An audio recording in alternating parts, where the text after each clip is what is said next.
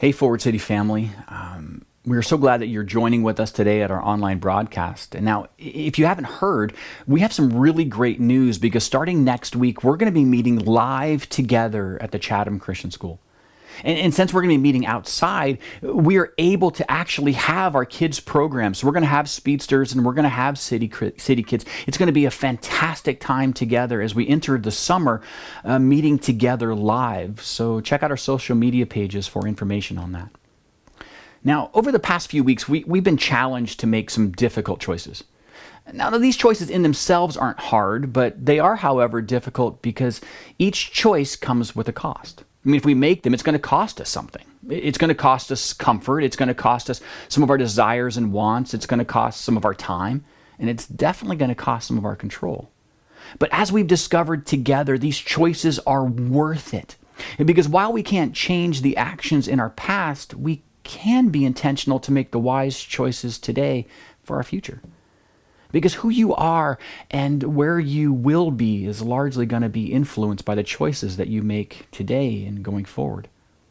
So every time we choose discipline over regret, purpose over approval, surrender over control, commission over omission, and every time we choose what is important over what is urgent, we're living our lives with heavenly values and for an eternal prize. Now, as we conclude this series, I have one more choice that as followers of Jesus Christ that we need to make. But before that, I want to take you back a little bit. I want to take you back to 1993 when a 7-minute, 38-second long song was released by a guy named Meatloaf. Yeah, now you heard that right. His name is Meatloaf. He's named after one of my least favorite meals of all time. Now, this song is pretty anthemic, and it reignited Meatloaf's career. And the song, it starts with a guitar played to sound like a revving motorcycle, and then it's followed by a catchy piano hook. Now, I'm not sure if you know the song, but you probably have heard these lyrics before. The lyrics start off with, I would do anything for love. But then he says, but I won't do that. No, I won't do that. Now, I understand that's a super classic lyric and I won't do anything for love. And you may have heard the song before, but that phrase, I will do anything for love, became a massive talking point among fans and critics alike during that day. Because they all wondered, what is that referring to in the song that Meatloaf won't do? Now, the song, again, you may like it or not like it, but the song reached number 1 on the charts in 28 countries. It was a number 1 hit in the U.S. for over 5 weeks, and it sold over 1.4 million copies. So it was a super popular song. So if you haven't heard it, I mean, it's really cheesy, but for some reason, it's the kind of song that once you hear it, it just gets stuck in your head and you can't get it out. Now, I'm not mentioning this song so that I'm not advocating that you put it on your Spotify playlist, but I mention it because it's this kind of song reminds me that we all have things in our lives that we will do, and we all have things in our lives that we won't do. We all have won'ts in our lives, don't we? One of the won'ts in our family is that we as a family will never go whitewater rafting again. Now, I've been whitewater rafting and I absolutely loved it, but as a family, it's a different story. A number of years ago, when our kids were really small, we visited my brother in North Carolina. Now, in Charlotte, where he lives, there is the United States Whitewater Rafting Training Facility. This is the place where they train canoeists and they train kayakers for the Olympics. And it's a man-made river built with all these rapids, and some are different degrees. It's just a fantastic place. And you can go there as a family, and they'll take you in a whitewater raft down this river. And there's an instructor in the back, and you just kind of go in the front with your family. And it was great. It's not a huge raft. There's just 4 of us on it. So my daughters, Marcia, me, and then the instructor. And so as we're going down this river, we're all kind of paddling along, and she's explaining to us what we're supposed to do. And when we get to this spot, do this and do that. And that was great. But the problem is our daughters were small. Mateo was okay, but Rylan was this wee little girl. And so whenever she put her paddle in the water, it was just like she was barely moving anything. So it was a bit of a liability. Loved the girl, but in that moment, she was a liability because what happened was when we went down this one part of the rapids, we needed someone outside to kind of be able to pull the paddle really hard. And we were trying as best as we could, but we got stuck in this one spot. And what happened was the boat just kind of like coupled together and almost folded in half. And in that moment, the paddle that Marcia was holding hit her in the face. And all I hear as we're sandwiched together, I hear Marcia scream, "My tooth, my tooth!"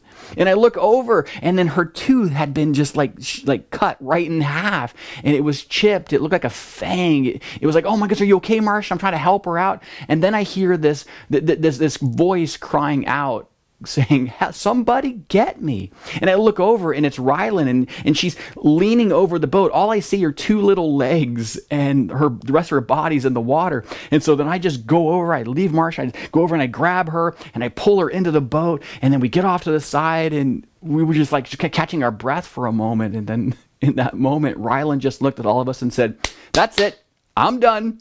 And we just had to paddle off to the side, and Marcia and Rylan, they got off, and I looked at Matea, and she's like, "We can keep going," but the instructor was like, "No, we can't do that."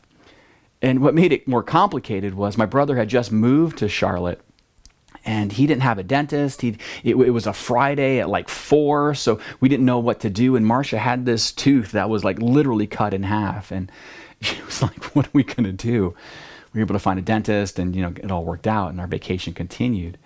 But because of that, every time we see whitewater rafting on TV, Marcia looks at me and she's like, "Nope, we're never doing that again as a family." I mean, our girls would do it. Rylan, they're game to do it, but Marcia's like, "Nope, that is a won't for our family." How many of you have a won't? I mean, it may not be whitewater rafting, but maybe your won't is, I won't go there. I won't eat that. I won't do that. Maybe your won't is, I won't do that again.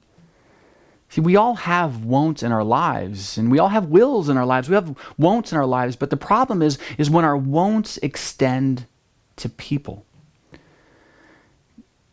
See, a few days ago, or a while ago, I got a call from a guy that I'd never met, asking if I could sit down with he and his wife because they were going through a rough time, and they needed someone to help them out. And so I told him we have this counseling program that I'd love to get you guys connected to. But he said that they just felt like they needed to talk to someone soon. They couldn't wait. And I'm like, okay, well, let's sit and talk. So we set up a meeting in a park for a few days later. Now, like I said before, I didn't know this couple, so I tried to creep them on social media just to get an idea of who they are, but they didn't have a social media footprint. And so I went into the meeting blind. I didn't know the context. Really, I knew a little bit, but not much. But when I got there, see, I know this isn't going to sound good. I know this isn't going to sound loving, and I know this isn't going to sound Christ-like. And I know what I'm going to say right now, for most of you, it's going to paint me in a very bad light. But I have to be honest, when I first saw them, when I pulled up, when I saw them, I began to judge them. They were a couple that if I saw on the street, I probably would just walk past them. I probably think, oh, what a shame. I wish someone would help them. Maybe I would say a prayer, but I wouldn't want God to have me be the answer to their prayer. Maybe some money, but not my time and not my life. So when I pulled up, I was like, let's just get this going. Let's hurry this along so I can get home. Now, I'm not proud of that. I'm not proud of that moment. I mean, here was a couple that was just looking for some guidance, and all I could see was my bias and my judgment, because I was only looking at the outside. And it was in that moment that God reminded me of what James, the half-brother of Jesus, wrote to the letter to the churches that had been scattered around the region. Listen to what he says. "My dear brothers and sisters, how can you claim to have faith in our glorious Lord Jesus Christ if you favor some people over others? I mean, for example, suppose someone comes into your meeting dressed in fancy clothes and expensive jewelry, and another comes in who is poor and dressed in dirty clothes. If you give special attention and a good seat to the rich person, but you say to the poor one, you can stand over there, or else you can sit on the floor, well, doesn't this discrimination show that your judgments are guided by evil motives? in this passage, James paints a picture of a group of people gathered to praise God, and in comes two other people. And instead of extending welcome to them both, they're divided into categories: the rich and the poor, the haves and the have-nots.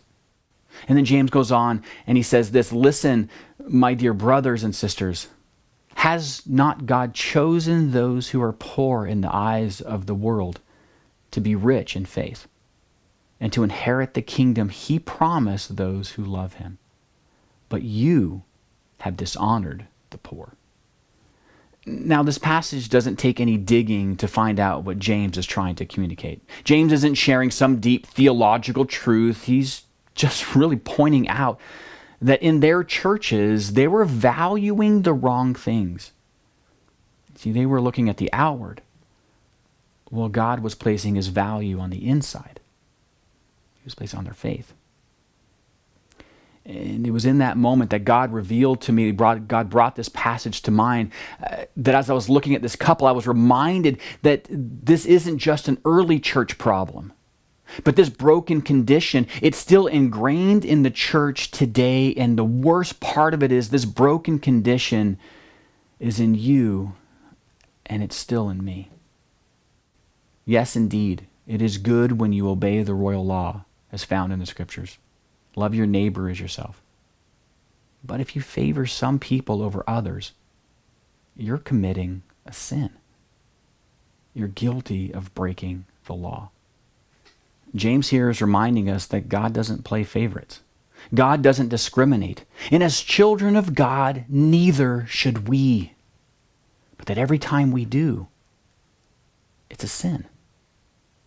Now, I'm not saying that we are prejudiced, and or that we willingly discriminate. I'm just aware of the uncomfortable truth that there are individuals and even types of people that we as children of God move towards and move away from.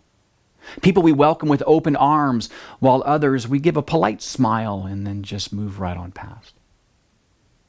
So if we were truly honest with ourselves, we all have categories of people that we marginalize or show prejudice against. Now, I don't know you, but maybe those types of people for you are wealthy people. Maybe they're poor people. Maybe they're popular people. Maybe they're the people on the fringe. Maybe they're people of a different ethnic backgrounds, or people with a history and baggage, or people with addictions. See, what we're doing is we're acting as a judge. And so you've drawn a conclusion about them. You've looked at all the evidence, as shallow as it is. We've looked at all the evidence and drawn a conclusion, and we've labeled that person as guilty. Guilty of too much money, maybe guilty of not enough money, guilty of a good pedigree, or guilty of not a good enough pedigree. Guilty, guilty, guilty. See, we've drawn a conclusion about someone with no information. Through that, we become judges. And without realizing it, we've set up categories that God doesn't even recognize. See, we've had a higher standard for who we will and who we won't accept, higher than God does. And through all of that, we've forgotten that you and I have been accepted by God despite all of our sin, despite our backgrounds, despite our abilities and inabilities, in spite of the boatload of stuff that you and I have done. We have been accepted by God. And he's saying here, don't turn around and reject other people based on silly, dumb little things that you wouldn't want me to judge you on. Now my intention for this message isn't to shame you or accuse you, but rather to remind you that every person has value. And because of that, you and I need to be willing to open our doors, our arms, and our lives to those God is drawing to his kingdom. You and I need to choose to look at the inside over the outside. Because when you and I choose to see past superficial labels and see people as God sees them, you and I will be willing to step into their lives with God's love and God's care and God's message. Now, after I was rebuked by God, I asked his forgiveness, and then he opened my eyes to how absolutely beautiful this couple was.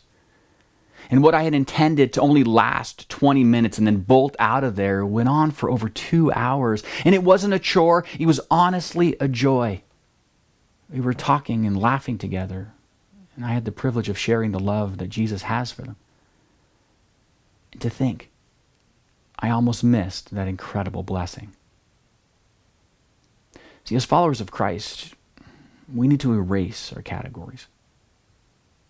And we need to choose to look at the inside over the outside. Because, see, God doesn't play favorites. God doesn't discriminate. So neither should we. See, every person is equally valued by God. And therefore, you and I need to choose to look past these superficial labels and willingly step into their lives with God's love, God's care, and God's message. Fort City family, I love you, and I'll pray for you as you continue to erase those categories so that you can truly love your neighbor as God has desired us to do. Have a great week, and we'll see you next week outside. If you're comfortable to meet with us outside, there's going to be lots of space. We'd love to have you meeting at the Chatham Christian School. Remember, the kids have a space. The kids are going to be able to do their program, and it's going to be fantastic. We'll see you next week. God bless you. I love you. Have a great week.